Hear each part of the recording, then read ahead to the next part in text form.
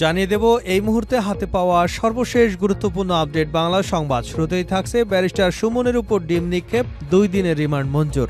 সাবেক সংসদ সদস্য ব্যারিস্টার সৈয়দ সাইদুল হক সুমনকে বৈষম্য বিরোধী ছাত্র আন্দোলনে হামলার মামলায় জিজ্ঞাসাবাদের জন্য 2 দিনের রিমান্ড মঞ্জুর করেছেন আদালত। বৃহস্পতিবার দুপুর 1:15টায় হবিগঞ্জের জুডিশিয়াল ম্যাজিস্ট্রেট কামরুল হাসান এ আদেশ দিয়েছেন। জানা গেছে, আদালতে তোলার সময় বিএনপিপন্থী আইনজীবীরা তার উপর পচা ডিম নিক্ষেপ করেছেন। এবারে জানাবো, সেনাবাহিনী দেখেই পালিয়ে গেলেন অটো চালকরা। রাজধানীর রামপুরায় সড়ক থেকে রিকশা চালকদের সরিয়ে দিয়েছে সেনাবাহিনীর সদস্যরা। দুপুর 1টার দিকে সেনাবাহিনীর একটি দল ঘটনাস্থলে পৌঁছলে রিকশা চালকরা সড়ক ছেড়ে পালিয়ে যায়। এ সময় স্থানীয় মানুষ এবং পথচারীরাও রিকশা চালকদের ধাওয়া করে। জানাবো, 2026 সালের মাঝামাঝিতে হতে পারে নির্বাচন, বললেন উপদেষ্টা সাখাওয়াত। অন্তর্বর্তী সরকারের নৌপরিবহন এবং শ্রম কর্মসংস্থান মন্ত্রণালয়ের উপদেষ্টা ব্রিগেডিয়ার জেনারেল অবসরপ্রাপ্ত এম সাখাওয়াত হোসেন বলেছেন, প্রয়োজনীয় সংস্কার শেষে 2026 সালের মাঝামাঝিতে কাঙ্ক্ষিত ত্রয়োদশ সংসদ নির্বাচন হতে পারে। এদিকে শেখ হাসিনার পক্ষে আইনি লড়াই করতে চান জেডাই খান পান্না। পদত্যাগ করে বিদেশে পালিয়ে থাকা এবং গণহত্যার অভিযোগে আন্তর্জাতিক অপরাধ ট্রাইব্যুনালে গ্রেপ্তারি পরোয়ানা জারি হওয়া সাবেক প্রধানমন্ত্রী শেখ হাসিনার পক্ষে আইনি লড়াই করতে চান মানবাধিকার কর্মী এবং সুপ্রিম কোর্টের আইনজীবী অ্যাডভোকেট জহিরুল ইসলাম খান পান্না। বৃহস্পতিবার সাংবাদিকদের তিনি এ তথ্য নিশ্চিত করেছেন। এ বিষয়ে অ্যাডভোকেট জহিরুল ইসলাম বলেন, সুযোগ থাকলে বা সৃষ্টি হলে সাবেক প্রধানমন্ত্রী শেখ হাসিনার পক্ষে আইনি লড়াই করতে চাই। এবার থাকছে, আওয়ামী লীগ যা করেছে বিএনপি তা করবে না। ক্ষমতাচ্যুত আওয়ামী সরকার গত 16 বছর দেশে যা করেছে, বিএনপি আগামীতে জনগণের ভোটে রাষ্ট্রীয় ক্ষমতায় গেলে তা করবে না বলে জানিয়েছে দলটির প্রধান অঙ্গ ও সংগঠন জাতীয়তাবাদী যুবদলের সভাপতি আব্দুল মোনায়েম মুন্না। তিনি নেতাকর্মীদের প্রতি হুঁশিয়ারি উচ্চারণ করে বলেন, দলের নির্দেশনা অমান্য করলে তার বিরুদ্ধে কঠোর সাংগঠনিক ব্যবস্থা গ্রহণ করা হবে। এবং সর্বশেষ জানাবো আন্তর্জাতিক সংবাদ। তৃতীয় বিশ্বযুদ্ধের আশঙ্কা বাড়ছে। ইউক্রেন যুদ্ধের সহস্রতম দিন পার হলেও বন্ধের কোনো ইঙ্গিত পাওয়া যাচ্ছে না। এমনকি যুক্তরাষ্ট্রে ডোনাল্ড ট্রাম্প ক্ষমতায় আসবার পর যুদ্ধ বন্ধ হবে এমন আশাও দেখা গিয়েছিল। কিন্তু তিনি ক্ষমতা গ্রহণের 2 মাস আগে প্রেসিডেন্ট জো বাইডেন মার্কিন ক্ষেপণাস্ত্র ব্যবহার করে রাশিয়ায় হামলা চালানোর অনুমতি দেওয়ার পর সেই আশা অনেকটাই ফিকে হয়ে গেছে। এবার প্রেসিডেন্ট বাইডেন ইউক্রেনকে মনুষ্যবিহীন মাইন সরবরাহ করবারও অনুমতি দিয়েছে। এর ফলে পূর্ব ইউরোপে বাড়ছে পরমাণু হামলার শঙ্কা। পরিস্থিতি যেদিকে মোড় নিচ্ছে, তাতে সংঘাতে আরও অনেক দেশ জড়িয়ে পড়া আশ্চর্যজনক নয়। আর সেটা তৃতীয় বিশ্বযুদ্ধ ডেকে আনতে পারে বলে মনে করছেন প্রতিরক্ষা বিশেষজ্ঞরা। এতক্ষণ শিরোনাম শুনছিলেন, এবার বিস্তারিত। প্রিয় দর্শক, আপনি যদি এই চ্যানেলে নতুন হয়ে থাকেন, ভিডিওটি দেখতে দেখতে চ্যানেলটি সাবস্ক্রাইব করে আমাদের সঙ্গে থাকুন। আর এই ভিডিও সম্পর্কে আপনি আপনার মূল্যবান মতামতটি কমেন্ট বক্সে জানিয়ে দিন। আর হ্যাঁ প্রিয় দর্শক, জানিয়ে দিন ভিডিওটি কোথা থেকে দেখছেন। ব্যারিস্টার সুমনের উপর ডিম নিক্ষেপ, 2 দিনের রিমান্ড মঞ্জুর। সাবেক সংসদ সদস্য ব্যারিস্টার সৈয়দ সাইদুল হক সুমনকে বৈষম্য বিরোধী ছাত্র আন্দোলনে হামলার মামলায় জিজ্ঞাসাবাদের জন্য 2 দিনের রিমান্ড মঞ্জুর করেছেন আদালত। আজ বৃহস্পতিবার দুপুর 1:15টায় হবিগঞ্জের জুডিশিয়াল ম্যাজিস্ট্রেট কামরুল হাসান এ আদেশ দিয়েছেন। জানা যায়, দুপুর 1টার দিকে পুলিশের একটি প্রিজন ভ্যানে করে হবিগঞ্জ জেলা কারাগার থেকে ব্যারিস্টার সুমনকে আদালতে নেওয়া হয়। তাকে ভ্যান থেকে নামিয়ে আদালত ভবনে প্রবেশ করানোর সময় বিএনপির অঙ্গ সংগঠনের নেতাকর্মীরা তার শাস্তি চেয়ে স্লোগান দিতে থাকেন। কয়েকশো লোকের ভিড় থেকে কয়েকজন ব্যারিস্টার সুমনকে লক্ষ্য করে পচা ডিম নিক্ষেপ করেন। যদিও আগে থেকে আদালতে অতিরিক্ত নিরাপত্তা জোরদার করা ছিল। হবিগঞ্জের চুনারঘাটে বৈষম্য বিরোধী ছাত্র আন্দোলনে হামলার ঘটনার মামলার তদন্তকারী কর্মকর্তা চুনারঘাট এসআই লিটন রায় গণমাধ্যমকে জানান, ব্যারিস্টার সুমনের 10 দিনের রিমান্ড চেয়েছিলেন। বিচারক শুনানি শেষে 2 দিনের রিমান্ড মঞ্জুর করেছেন।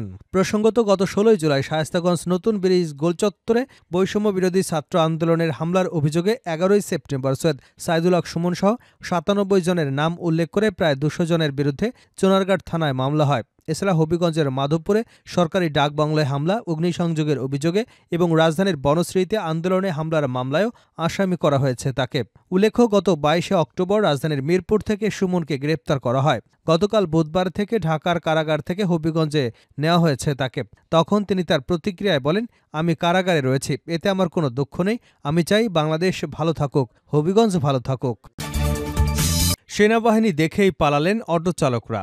রাজধানীর রামপুরায় সড়ক থেকে রিকশা চালকদের সরিয়ে দিয়েছেন সেনাবাহিনীর সদস্যরা।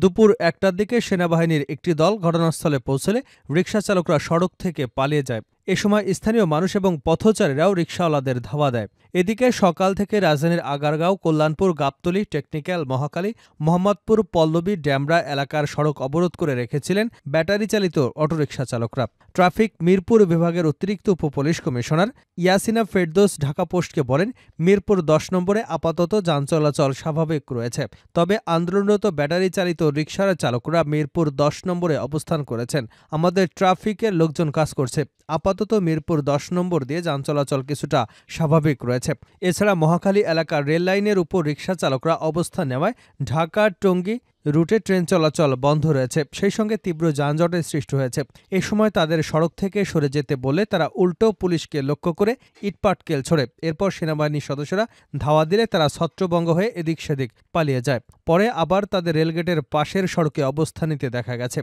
প্রত্যক্ষদর্শীদের অভিযোগ, রিকশা চালকদের মধ্যে কয়েকজন আবার মহাখালী এলাকার একটি শপিং মলে ভাঙচুর ও তাণ্ডব চালিয়েছে।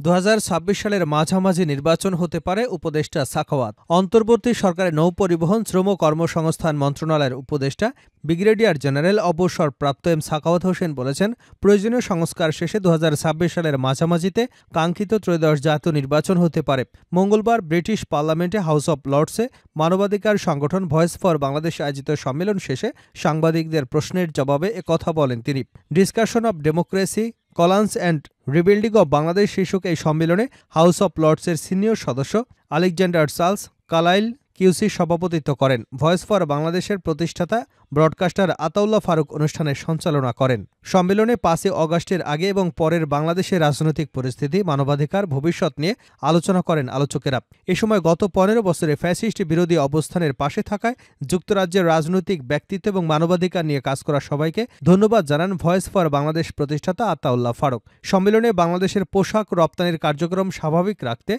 সরকারকে প্রয়োজনীয় পদক্ষেপ নিতে আহ্বান জানান লেবার দলীয় বাংলাদেশি বংশোদ্ভূত ব্রিটিশ এমপি রূপা হক। সাবেক ব্রিটিশ মন্ত্রী পল স্কলি বলেন, বাংলাদেশে যে মানবাধিকার লঙ্ঘন হয়েছে তার সঠিক তদন্ত শেষে যথাযথ বিচারের ব্যবস্থা করতে হবে, যাতে করে এ ধরনের ঘটনার পুনরাবৃত্তি না হয়। লর্ডস হুসাইন তার বক্তব্যে বলেন, বাংলাদেশে অন্তর্বর্তী সরকার সব সংস্কার এবং সুষ্ঠু নির্বাচনের জন্য যুক্তরাজ্যের কাছ থেকে সব ধরনের সহায়তা পাবে। সন্ত্রাসী সংগঠন হিসেবে ছাত্রলীগকে নিষিদ্ধের আহ্বান জানান মানবাধিকার সংস্থা অ্যামনেস্টি ইন্টারন্যাশনালের দক্ষিণ এশিয়ার সাবেক প্রধান আব্বাস ফয়েজ।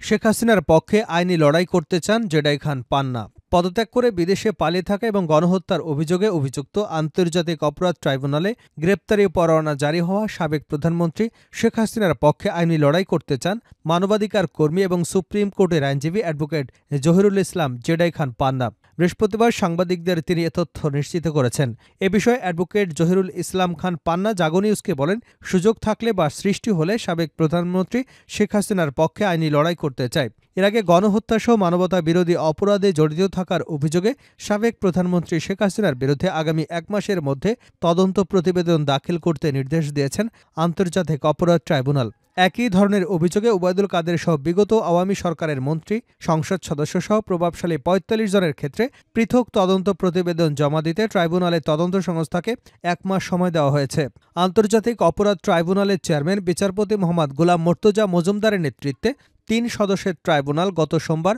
এ আদেশ দেন। ট্রাইব্যুনালের অপর ২ সদস্য হলেন বিচারপতি মোহাম্মদ শফিল আলম মাহমুদ এবং অবসরপ্রাপ্ত জেলা ও দায়রা জজ মোহাম্মদ মহিতুল হক এনাম চৌধুরী। গত জুলাই-আগস্টে গণঅভ্যুত্থানের সময় দেশে গণহত্যাসহ মানবতা বিরোধী অপরাধ সংঘটিত হয়েছে বলে ট্রাইব্যুনালে উল্লেখ করেন চিফ প্রসিকিউটর মোহাম্মদ তাজুল ইসলাম। এরপর তিনি ট্রাইব্যুনালের কাছে সাবেক প্রধানমন্ত্রী শেখ হাসিনার বিরুদ্ধে আনা অভিযোগ তদন্তের জন্য ২ মাস সময় চান। তবে ট্রাইব্যুনাল ১ মাস সময় মঞ্জুর করে আগামী ১৭ ডিসেম্বর তদন্ত প্রতিবেদন দাখিলের নির্দেশ দেন। পাশাপাশি শেখ হাসিনাকে গ্রেপ্তার সংক্রান্ত অগ্রগতি প্রতিবেদনও সেদিন জানতে নির্দেশনা দেয় ট্রাইব্যুনাল।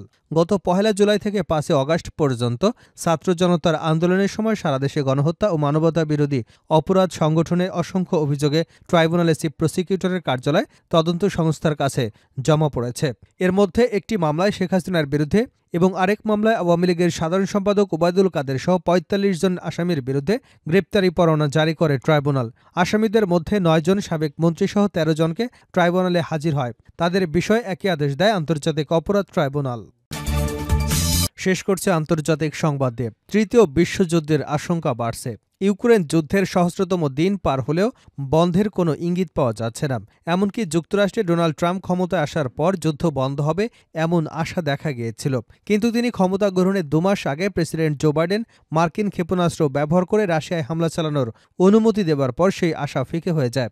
এবার প্রেসিডেন্ট বাইডেন ইউক্রেনকে মনুষ্যবিহীন মাইন সরবরাহ করবার অনুমতি দিয়েছেন। এর ফলে পূর্ব ইউরোপে বাড়ছে পরমাণু হামলার শঙ্কা। পরিস্থিতি যেদিকে মোড় নিচ্ছে তাতে সংঘাত আরও অনেক দেশে ছড়িয়ে পড়ার আশঙ্কা বাড়ছে, আর সেটা তৃতীয় বিশ্বযুদ্ধ ডেকে আনতে পারে বলে মনে করছে প্রতিরক্ষা বিশ্লেষকরা। রাশিয়ার মার্কিন ক্ষেপণাস্ত্র আর্মি ট্যাকটিক্যাল মিসাইল সিস্টেম দিয়ে হামলা চালিয়েছে ইউক্রেন। এতে তেমন হতাহতের ঘটনা না ঘটলেও এই হামলা উত্তেজনা ছড়িয়েছে, কারণ এর আগে মার্কিন অস্ত্র দিয়ে রাশিয়ায় হামলার ঘটনা ঘটেনি, বরং ইউক্রেনে বারবার অনুরোধ আসা সত্ত্বেও যুক্তরাষ্ট্রসহ পশ্চিমা বিশ্ব সেই অনুমতি দেয়নি। কিন্তু যুক্তরাষ্ট্রে ডোনাল্ড ট্রাম্প প্রেসিডেন্ট নির্বাচিত হবার পর বিদায়ী প্রেসিডেন্ট বাইডেন ক্ষমতার শেষ সময়ে এসে সেই অনুমতি দিয়ে যুদ্ধের উত্তেজনা আরও বাড়িয়ে দিয়েছে বলে মনে করছেন বিশ্লেষকরা। এছাড়া তিনি ইউক্রেনকে মনুষ্যবিহীন মাইন দেওয়ার প্রস্তাবেরও অনুমোদন দিয়েছেন। এক মার্কিন কর্মকর্তা বার্তা সংস্থা রয়টার্সকে এ তথ্য নিশ্চিত করেছেন। তবে মাইন ইউক্রেনের ভেতরেই ব্যবহার করা হতে পারে, যদিও জনসংখ্যা অধ্যুষিত এলাকায় ব্যবহার করতে পারবে না প্রেসিডেন্ট জেলেনস্কি বাহিনী। রাশিয়ার হামলার আশঙ্কায় ইউক্রেনে অবস্থিত নিজেদের দূতাবাস সাময়িকভাবে বন্ধ করেছে যুক্তরাষ্ট্র। গতকাল বুধবার বিমান হামলা হতে পারে এমন তথ্য পাওয়ার পর দ্রুত সময়ের মধ্যে দূতাবাসের দরজা বন্ধ করে দেওয়া হয়। যুক্তরাষ্ট্রে দূরপাল্লার ক্ষেপণাস্ত্র ব্যবহার করে রাশিয়ায় ইউক্রেনের হামলা চালিয়ে চলমান উত্তেজনার মধ্যে গতকাল এমন পদক্ষেপ নেয় ওয়াশিংটন। ইউক্রেনের রাজধানী কিয়েভে অবস্থিত মার্কিন দূতাবাস কর্তৃপক্ষ বলছে, গতকাল বুধবার বিমান হামলা হতে পারে বলে সুনির্দিষ্ট তথ্য পেয়েছে তারা। এজন্য তারা দূতাবাস বন্ধ রেখেছে।